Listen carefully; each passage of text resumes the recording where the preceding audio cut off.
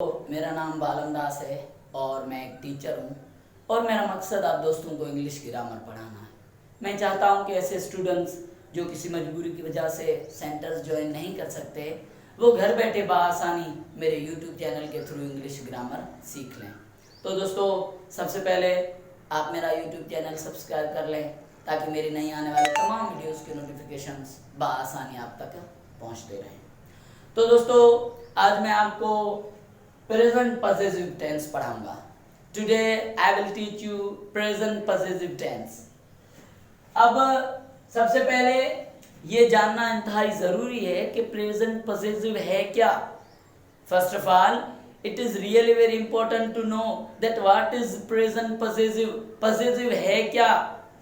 तो यहाँ पे मैंने लिखा है इसकी डेफिनेशन मैंने लिखी है कि positive tenses show possession oblique ownership oblique authorities upon things oblique institutions.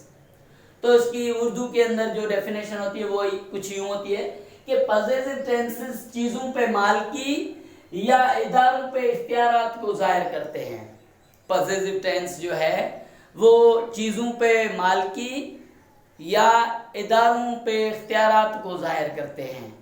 जैसे कि हमने सिंपल टेंसेस पढ़े सबसे पहले उन तमाम तीन टेंसेस में सब्जेक्ट की हालत और मौजूदगी बताई गई थी, जबकि ये जो अब हम तीन टेंस पढ़ेंगे, तीन टेंस की सीरीज है पॉजिटिव की, प्रेजेंट पॉजिटिव, पास्ट पॉजिटिव और फ्यूचर पॉजिटिव। तो इन पॉजिटिव का जो काम है वो ये होगा कि ये चीज़ों के ऊपर सब्जेक्ट की मालकी जाहिर करते हैं या इदारों के ऊपर उसके इख्तियारातों को जाहिर करते हैं। ऐसे जुमले जिनमें ये पता चले कि सब्जेक्ट की किसी चीज़ के ऊपर मालकी है, कब्जा है, या फिर सब्जेक्ट का किसी ऑर्गेनाइजेशन या इंस्टीट्यूशन के ऊपर उसको इख्तियारात हासिल हैं, तो ऐसे जुमले पॉजिटिव के कहलाते हैं। तो दोस्तों यहाँ पे प्रेजेंट पॉजिटिव जो है आज हम जो पढ़ रहे हैं उसके हेल्पिंग वर्ब्स हैव और हैज हैं। प्रेजेंट पॉजिटिव के हेल्पिंग वर्ब्स हैव और हैज हैं। Have is used with I, we, you, they, two names.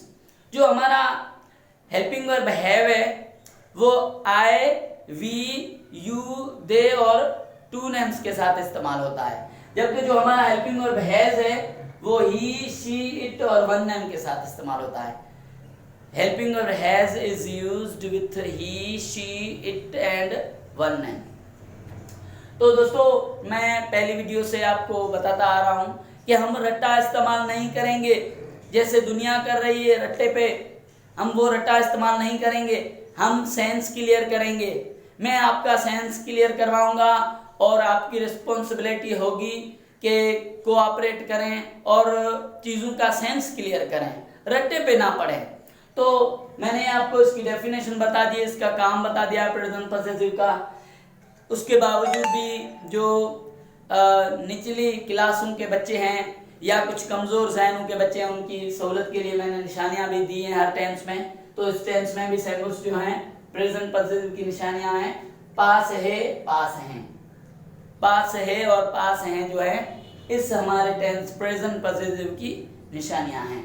तो दोस्तों मैंने पहले बताया कि पॉजिटिव टेंस जो होते हैं वो सब्जेक्ट की मालकी या सब्जेक्ट का चीज़ों के ऊपर कब्जा जाहिर करते हैं या इख्तियारात को जाहिर करते हैं। तो अब यहाँ पे मैंने एक जुमला लिखा है, नंबर 1 जुमला, मेरे पास चाक है। सिंपल सा जुमला है, मेरे पास चाक है, यानी इस चाक के ऊपर मेरी मालकी है।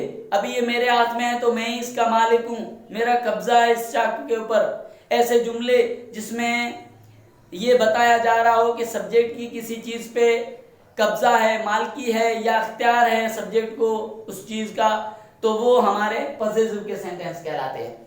अब नंबर 2 सेंटेंस मैंने यहाँ पे लिखा है, पाकिस्तान के पास नंबर 1 आर्मी है, यानी पाकिस्तान जो मुल्क है उसके पास नंबर 1 आर्मी है, यानी पाकिस्तान का जो कब्जा है दुनिया की नंबर 1 आर्मी के ऊपर है। यानी कि पाकिस्तान की आर्मी एक एबल आर्मी है, सबसे पहले नंबर की आर्मी है, बहादुर है, ब्रेव है।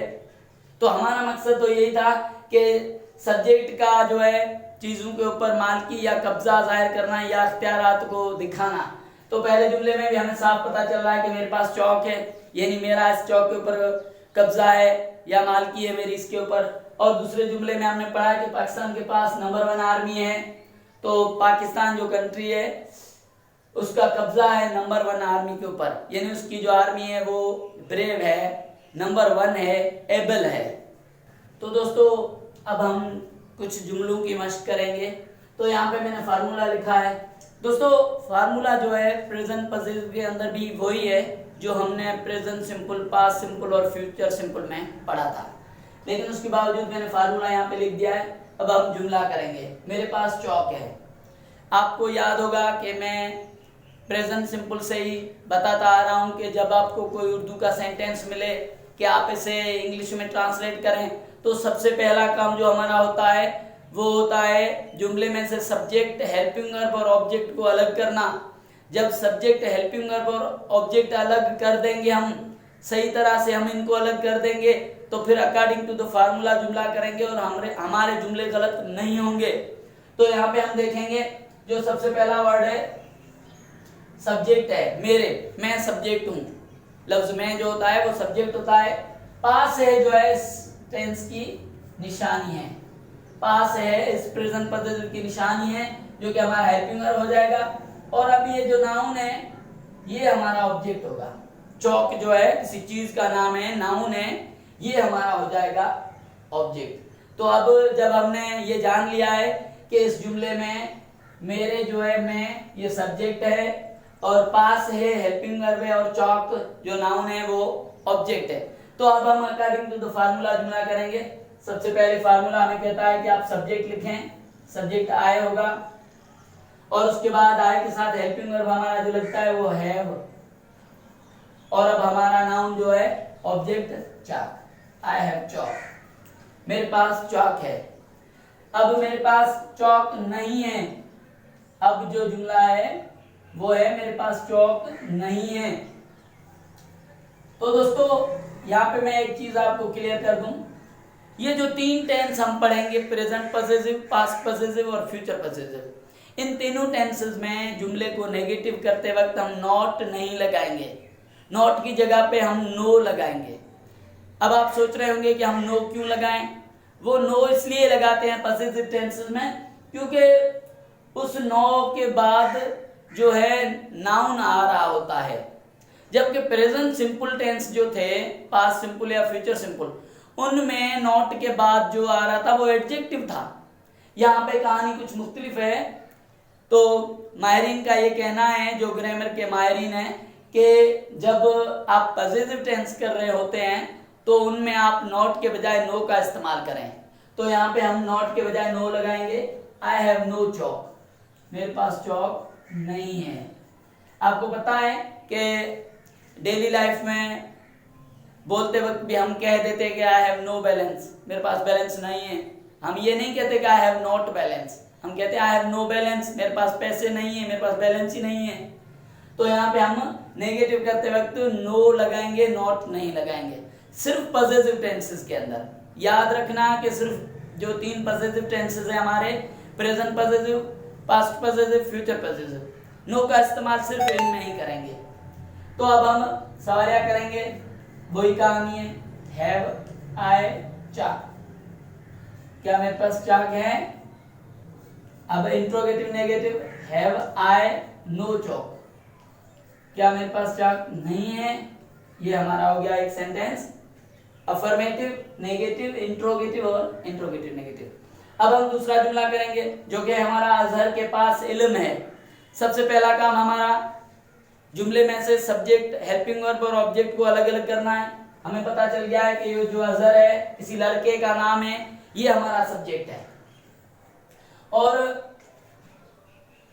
पास है हमारा हेल्पिंग वर्ब है, और इल्म जो है वो हमारा जो नाउन है वो हमारा ऑब्जेक्ट है। तो अब जब हमने सब्जेक्ट, हेल्पिंग वर्ब और ऑब्जेक्ट का तायुन कर लिया है, तो अब हम जुमला करेंगे। अजहर एक लड़के का नाम है, हम लिखेंगे अजहर। अब क्योंकि अजहर सिंगल नेम है तो इसके साथ हेल्पिंग वर्ब जो है हैज लगेगा, हैव नहीं लगेगा। जो हमने पहले पढ़ा है कि have is used with I, we, you, they, two names. Has is used with he, she, it, one name. तो अब हम यहाँ पे लिखेंगे हैज। अजहर हैज नॉलेज, इल्म को नॉलेज कहते हैं इंग्लिश में। अब इसी जुमले को हम नेगेटिव करेंगे, Azhar has no knowledge. Azhar को इल्म नहीं है, सॉरी अजहर के पास इल्म नहीं है। अब उसी जुमले को सवालिया करेंगे, हैज अजहर नॉलेज,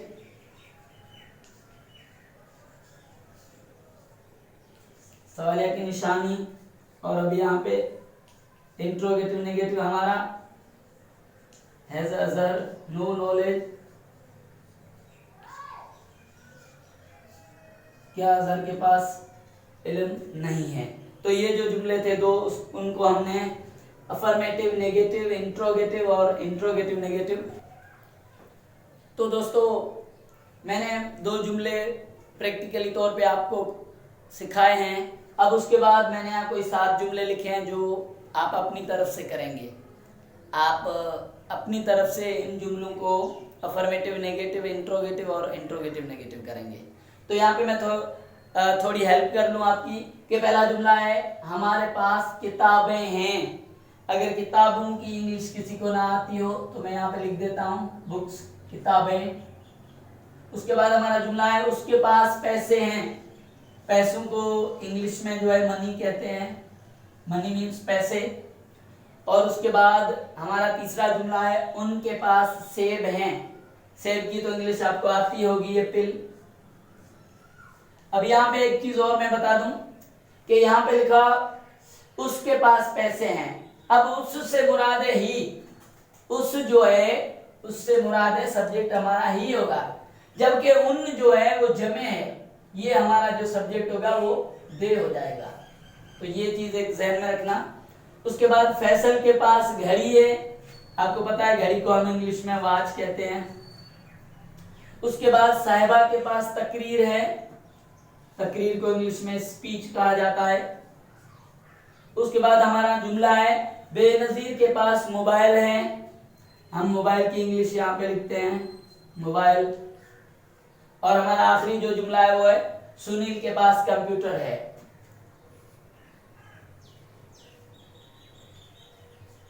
ये हमारा कंप्यूटर की स्पेलिंग आ गई। तो दोस्तों ये मैंने कोई 7 जुमले लिखे हैं जो आपको अपनी तरफ से करने हैं। मैं एक बार फिर आपको याद दिलाता चलूं कि जब आपको कोई जुमला मिले करने के लिए तो सबसे पहला काम याद रखना है। सबसे पहला काम हमारा होता है जुमले में से सब्जेक्ट, हेल्पिंग वर्ब और ऑब्जेक्ट को अलग करना। जब तक आप जुमले में से सब्जेक्ट, हेल्पिंग वर्ब और ऑब्जेक्ट अलग ना कर पाए आप जुमला नहीं करेंगे, क्योंकि अगर इनमें गलती हो गई तो हमारा जुमला गलत हो जाएगा। इसलिए बिल्कुल ध्यान से, पूरी कंसंट्रेशन के साथ जो मैंने ट्रिक्स सिखाए हैं उनके थ्रू आपने ये तायुन करना है कि सब्जेक्ट कौन सा है, हेल्पिंग वर्ब कौन सा है और ऑब्जेक्ट कौन सा है। उनकी ठीक पहचान करनी है और वो पहचान करने के बाद ही आप जुमला करेंगे तो आपके जुमले गलत नहीं होंगे। वरना अगर आपने सब्जेक्ट, हेल्पिंग वर्ब और ऑब्जेक्ट जल्दी में गलत चुन लिए तो आपके सेंटेंस रॉन्ग हो जाएंगे, गलत हो जाएंगे। इसलिए सबसे पहला जो काम है वो बहुत ही इंपॉर्टेंट है, क्योंकि अगर आपका पहला काम सही हुआ तो फिर बाद में आपका अकॉर्डिंग टू द फार्मूला जुमला गलत हो ही नहीं सकता। लेकिन अगर आपने जल्दबाजी में सब्जेक्ट, हेल्पिंग वर्ब और ऑब्जेक्ट के गलत जो तायन कर लिए तो फिर आपके जुमले गलत हो जाएंगे। इसलिए मैं दोबारा रिपीट करता हूं कि जो यहाँ पे ये जो वर्ड होता है, पहला वर्ड जो भी हो, हमारे हो, सो, उन हो, वो हमारा सब्जेक्ट होता है। उसके बाद पास है या पास हैं जो है इस टेंस में निशानी के तौर पे, जबकि अब जो नाउन रहता है वो हमारा ऑब्जेक्ट है। सीधी सी बात है। तो यहाँ पे मैंने जुमले दिए हैं, आप इन जुमलों को इंग्लिश में करें। उसके अलावा आप अपनी तरफ से ऐसे जुमले बनाएं जिनमें आप सब्जेक्ट की, मालकी या कब्जा जाहिर करें प्रेजेंट के अंदर। उन जुमलों की अच्छे से मश्क करें। मैं यकीन दिलाता हूं कि आप अच्छी तरह से प्रेजेंट पॉजिटिव टेंस जो है वो सीख लेंगे।